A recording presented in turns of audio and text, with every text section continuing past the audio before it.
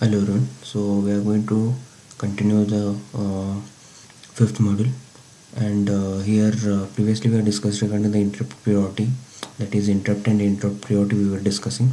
So as we know, like previously we have seen in the previous video that there are priorities assigned for the interrupts.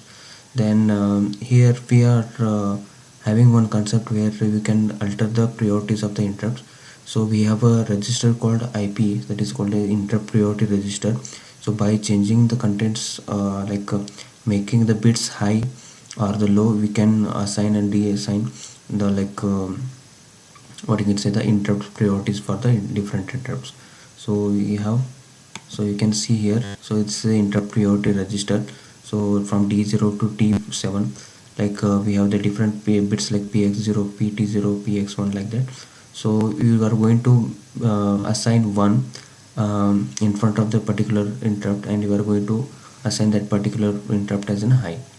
So here we can see IP0, it's for external interrupt 0, and IP1 for timer 0, IP2 for the external interrupt 1, IP3 for the timer 1, and IP4 for the serial port interrupt, and IP5 for the timer 2, and it is mainly for the T8052. Then so these priorities can be assigned by just making the bit high, so it is going to assign the highest priority, and just by setting the low, it is going to assign lowest priority. So next, and in case of this interrupt, so there is one important thing what we need to remember is, so always interrupt with the highest priority and the lowest priority we will be assigning. So the lowest priority interrupt can be interrupted by the highest priority interrupts, so there cannot be any, so that's what we have next concept. So we cannot have any interrupt where the lowest priority interrupt is going to interrupt the lowest priority interrupt only. Okay, so if you want to interrupt the lowest priority interrupt, it has to be interrupted through the highest priority interrupts only. So this is the concept we have. So next concept, we are going to see how to interface LCD to 8051. So liquid crystal display, we are going to interface to the 8051 microcontroller. So how it can be done? So here you can see the pin configuration of the LCD, that is a liquid crystal display. So this is for the 14 pin LCD. So like you can see, even we have 16 pin LCD also.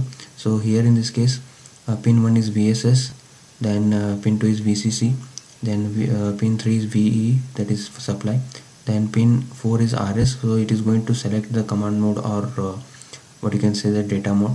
Then pin 5 is a read or write mode, then pin 6 is for enable, and these 8 bits are for the data bits. So this is the pin configuration of LCD. So next, we have certain commands where these commands are going to be executed in the command mode of LCD. We have 1, 2, 4, 6, like this we have commands and X values. So these values will be sent to for the LCD in the command mode, and they are going to make some different operations. Core, if you are sending 1, so it is going to clear the display screen. If you send 2, it is return home. 4, decrement cursor. 6, increment cursor. 5, shift display right. 7, shift display left. Then 8, display off, cursor off. A, display off, cursor on. C, display on, cursor off. E, display on, cursor blinking. F, display on, cursor blinking. At 10, shift cursor position to left. 14, shift cursor position to right. So like that we have different these hex values, and they will be making the different operation. So most of the time we will be using this one, that is 80H, that is force cursor to the beginning of the first line, and this one, that is 38, that is 2 line and 5 cross 7 matrix. So this these are the two most of the time codes will be used for the, what you can say, in the command line for the initiation of our LCD. So next we are going to see actually how this LCD is going to be configured using the set of instruction, and how this is going to be programmed for doing certain tasks. So there are certain things we need to remember to send any of the commands to LCD. make pin RS to 0 for data and RS to 1. Like if you want to make the LCD to be in a command mode, it has to be 0, and if it has to be in a data mode, it has to be 1. Then you need to send high to low transition, high to low pulse to your enable pin, then it is going to be activated. So these are the certain things we need to remember. P10 to P17, it is connected to data, like of the data lines of the LCD. Then P20 is connected to RS pin, so it is P20 is RS pin. Then P21 is RW pin. Then P22 is a enable pin. So we are going to see how these things are going to work. Then move A, 38H.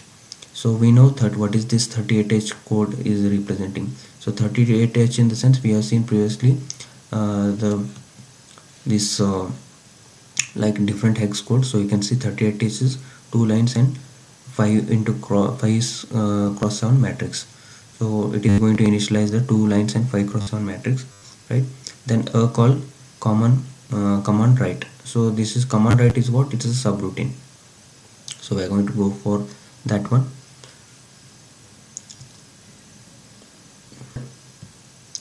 So here we can see for this what actually it is been written. Command write operation. So this is move P1 comma A. So A is having certain values that will be loaded into P1. Then P20, as you know, P20 is a light RS0. So it is going to decide whether it is a command operation or the data operation. So when you clear, it is going to be a command operation. P2 1.1 is cleared, so it is a write mode. So when you clear, it is a write mode. When you make it high, it is going to be read mode. Then set P2.2 and clear P2.2. So P2.2 is a enable. So we know, like, we need to send high to low transition for this P2.2, then only it is going to be activated. So that's why they are sending high, then they are sending low. Then return. So return to the main program. It's going to happen. So we are going to like go for the same, right? So next we can see a call delay we have. So there is a delay program written. So if you can see here, so here already the delay program written. Move R3, 50H, move R4, 255, decrement jump no 0, R4, here. So continuously there will be a loop. Then decrement jump no 0, R3, here 2. So it is going to jump, and here it is going to set 255 again, and it will be continuously generating a loop, and it is going to generate a delay, right? So next move A, 0EH. So 0EH, in the sense we know this is going to display on, cursor on. So it is going to make display on and cursor on. Then call command write. So we know what this is going to perform. So this execution, it is going to happen. Then after that call delay. Once again, it is going to call the delay. Then move A, 01H. 01H, in the sense it's clear LCD. Then call command write. Again, it is going to call the command subroutine. Then call delay. Then it is going to delay, insert a delay. Then move A, 06H. 06H, in the sense shift cursor right. Then call command, that is command mode, it is going to take. Then you are going to insert certain delay. Then move A, 84H. So 84H, in the sense cursor at line 1 and position 4. So this is how this hex code is going to make. Then call this command write again, and then we are going to insert a certain delay. Then after that move A, N. So we have a letter N stored into accumulator.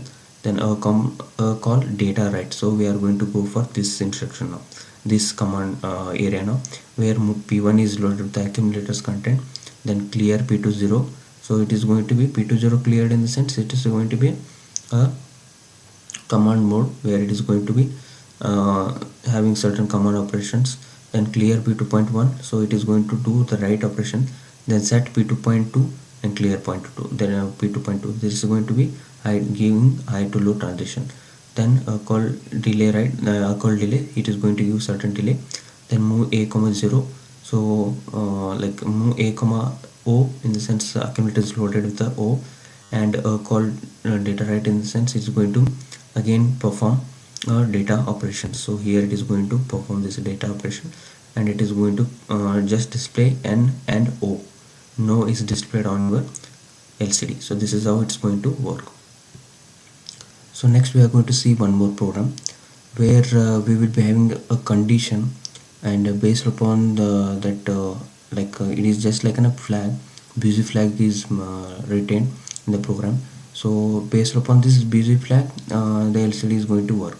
Like if it is busy, it's going to it will be waiting, right? So we are going to check how it's going to be done. P1 is for the data pin, P2.0 is for the RS pin, P2.1 is for the read write pin, P2.2 is for the enable pin. Then these are the things we are going to do. Accumulator is loaded with a 38 edge, in the sense 5x7 matrix it is initialized. A call command, in the sense we are going to have this already command line written. So command subroutine written, you can see here. So here in this case only one thing we have done, that is a call ready. So we have written one ready what you can say subroutine, where you can check for the flags like set b p1.7. so p1.7 is going to be input port, input pin. Then you are going to clear the p2.0, that is it is going to access the command. Then set bp2.1, so it is going to read the bit. Then set bp2.2 and clear bp2.2, in the sense it's going to enable.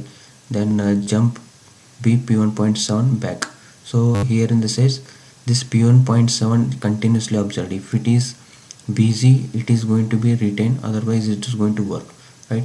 So if it is busy, then it will be there here only. Okay, so if it is not busy, then it's going to come out. Then here we can start with the command, that is p1 is loaded with the accumulator issue command, that is p accumulator. Then p2 is loaded with 0 clear p2.0, in the sense you are going to take into rs like command mode. Then clear p2.1, in the sense my write mode operation. Set p2.2 and clear p2.2, in the sense you are going to send the high to low transition here. Then we have the same kind of things here in the data display, that is we have a call ready, so it is going to check these conditions again. Then we are going to make the data operation. So for the command operation, the data operation, we are going to have a retained flag, and that will be observed each time. And in case of the data operation, we know like move p1 comma a, set bp2.0, in the sense it's going to be in the data mode. Then clear p2.1, in the sense it's going to write on the LCD. Set bp2.2, clear p2.2, in the sense it's going to send the high to low transition. Then rest all the things. Then 0EH, in the sense cursor on, 01H, in the sense clear the LCD. You are going to clear the LCD. 06H, in the sense shift the cursor to the right. 86H, in the sense line 1 and position 6 it's going to send. Then here we have n and 0, same characters we are going to send, and this will be sent to display. So we have a display, right? So data display we have here, and this is going to work again the same condition based upon the condition as I told. So it is going to check whether it is busy or not, so it will be checked here, and if it is not busy, then it is going to work. So this is how it's going to work. So next part is about ADCs. So ADC, in the sense analog to digital converter. So usually we know like most of the quantities in environment will be having in the form of analog. So that thing has to be communicated to our controller. So if it has to be communicated to the controller, in the sense obviously it has to be in the form of a digital format. So we need to have certain what you can say translator, where the things which are there in an analog can be transferred or translated in the form of digital, and it can be communicated to our controller or the processor. Like as it is been given, like most of the things like a temperature, pressure, velocity, everything is there in a analog, and it has to be converted into a digital quantity. So okay, so as we know, like for conversion of analog quantity to digital quantity, in case for our microcontroller we are interfacing with the ADC 804 IC. So this is an analog to digital converter. It is working with a 5 volts, and it has resolution of 8 bits. Then how with the what speed this like conversion is going to happen from analog to digital quantity. It is based upon certain factor, like conversion time is defined as the time it takes ADC to convert from analog to digital. Like there are certain factors which are involved. Then ADC 804 conversion time varies depending upon the clocking signals applied on clock R and clock in, and it cannot be faster than the 110 microseconds, right? So these are the certain things we need to remember. So next we can see this is a ADC 804 chip. So this is a pin configuration where we can see the different pins. So these are the different data pins which are going for the LEDs. Then here you can see V in and V in, it is a positive and negative. So this is a differential voltage we are applying. So this is a differential analog voltage we are applying. Then this is the ground pin, and this is a V reference by 2. Then like this pin is VCC, like it is connected to 5 volts, and there are certain things, there are different pins we have which are going to make your ADC 804 it's going to work, like WR pin. So whenever you are activating WR pin, so WR pin is activated when you send high to low transition, low to high transition. So when you send low to high transition, it is going to start the conversion. Okay, so it is going to convert the analog to 8-bit digital number or digital output. And this INTR pin is going to be informed to our processor that whatever the conversion it is given to the this ADC, it is been done. So it is intimated to this INTR pin. Then RD, so this pin is like output enable. So it is going to on this pin we are sending high to low pulse, and it is going to be it is as if like whatever the conversion is there, it is totally converted out, and it is taken out. Then CS pin, so CS is a here we are sending the active low signal. This is just like a chip select, and we are making this ADC 804 activated using this CS signal. So this is the pin configuration of ADC 804. So next, so as we have discussed in previous in case of your chip configuration, so we have seen regarding the clock in and clock out pins. So these pins are connected to the external clock source, and they are in turn connected to a register and a capacitor. So register is of 10 kilo ohm and capacitor is of 150 picofarad. So it is in turn is going to generate a frequency of 606 kilohertz, and it is going to give the conversion time of 110 microseconds. So that's why whatever the conversion is going to happen, it is the maximum conversion time is 110 microseconds for the ADC 804. So next concept, in case of this ADC 804, so if you want to have the different voltage levels, so how we are going to configure it? So by default, when you don't have any this pin like V reference point by 2 is disconnected or it is not connected, then by default we can operate on 0 to 5 volts. So if you want to have the different voltage levels based upon the like 0 to 4, if you want, then you need to connect with the 2 volts here. Then if it is to be 0 to 3 and it has to be 1.5, it is connected. So like that, if it is 0 to 1 voltage range, then it has to be connected to 0.5. So this is how we can vary the different voltage level and its ranges. Then according to that, there will be different step size it's going to generate in a millivolts. Like by default it is going to generate 19.53 millivolts it's going to generate, and minimum step size is 3.90 millivolts it is having. So next part is whatever the conversion voltage we will be getting at the D0 to D1. So this is the output what actually we will be getting, and to access this we need to have CS to be 0 and RD to be forced low. And how we are going to get what voltage, digital voltage we will be getting is based upon the equation D out is equal to V in divided by step size, where D out is a digital data output and V in is the analog voltage we will be applying, and step size is based upon the resolution, whatever the smallest changes is there, so that will be considered. So next is okay, so in next thing In case of 80 ADC 804, we have two grounds provided, A ground and D ground.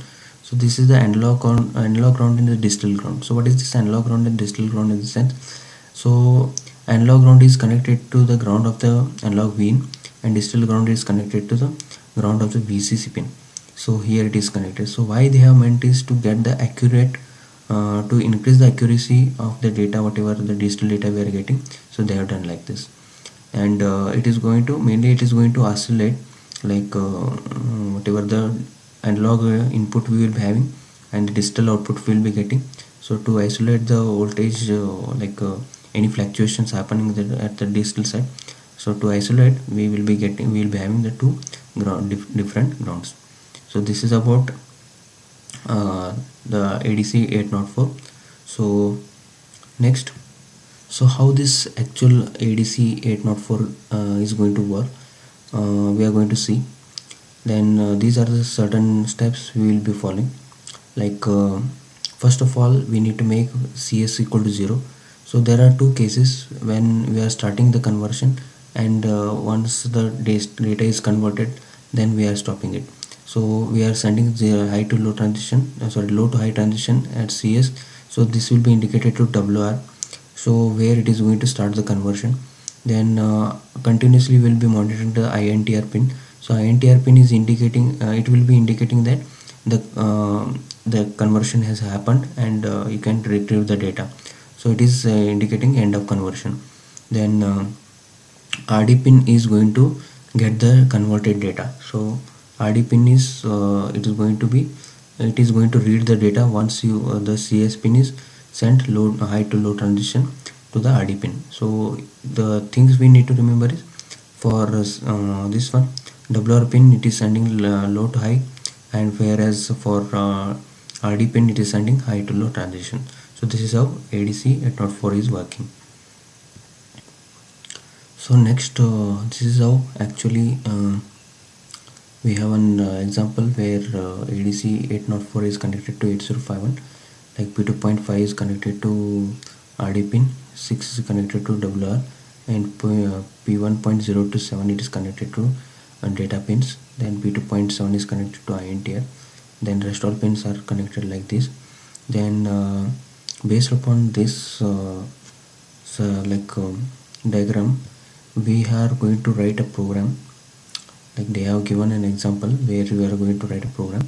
So write a program to monitor INTR pin and bring the analog input into register A, then call a X to ASCII conversion and data display subroutines, and it has to be made continuously. So we are not writing the ASCII conversion and display subroutines program, and we are just like calling them, and we are going to make the main operation, like conversion of the analog to digital data. Then here P2.6 is connect WR pin, and to make this active we need to send the low to high transition. P2.7 is it is going to intimate the end of conversion. P2.5 is a RD pin, and where it is going to be made high to low, and that is it is going to read all the data, and P1.0 to 7 is meant for the actual data we are reading. Then P1 is loaded to FFH, we are making it as an input. Clear P2.6, set P2.6, in the sense we are starting the conversion. So here it is started. Then jump bit, so it is in loop P2.7. So actually it is waiting for the end of conversion bit. So once the end of conversion bit comes, then it is going to come out of this loop and clear P2.5, and it is going to intimate that conversion is done. Then move A, P1, in the sense we are going to get the data which is there on the P1 to the accumulator, and once all the data is been taken into accumulator, then we can start the next conversion using setting this P2.5. So once you set it, so it is going to start the conversion. So this is how it's going to work. So next, some of the things related to this model we are going to see in the next video. Thank you.